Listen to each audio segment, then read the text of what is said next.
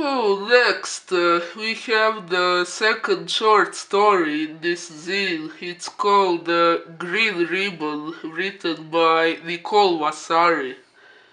This story is a very interesting one, and it's accompanied by this really good and really accurate illustration right here.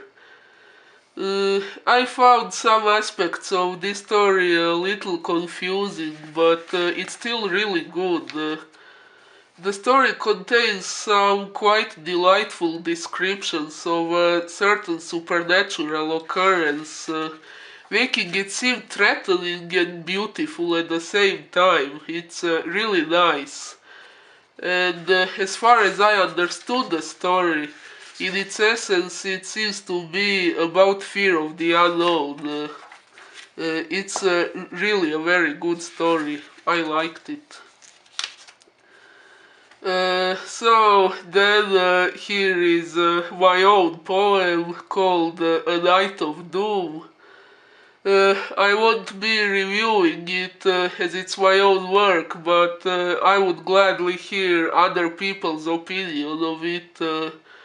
I'm reading it in an extra video, and you can find the link in the description section below.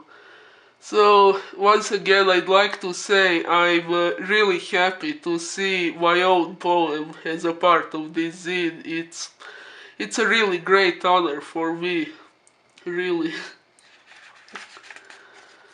Oh, so next we have a story called The Darkest Woods Walk at Night, written by Mrs. Sarah Walker. Now this, in my opinion, this is the most suspenseful story in this zine. It leaves an impact since the very beginning. It starts with a chillingly gloomy description of poverty, which transitions into the introduction of the supernatural component of the story. It's really cool. The story contains some quite thrilling elements of mystery and horror. And like I said, it's suspenseful until the very end. It's really good. I really enjoyed it.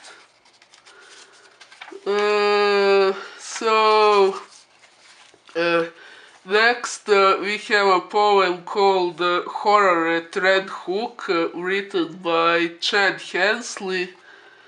This poem tells a story of a person witnessing a quite horrifying occurrence, as the title suggests.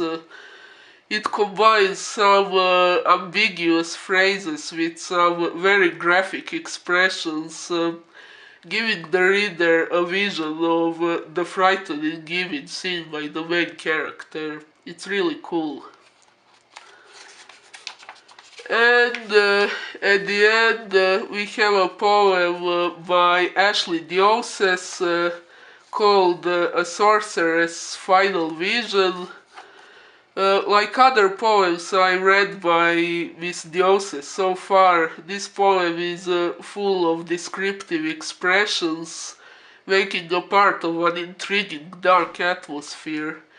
If I interpreted it correctly, it describes a nightmare that may be just a bad dream or maybe something more than that.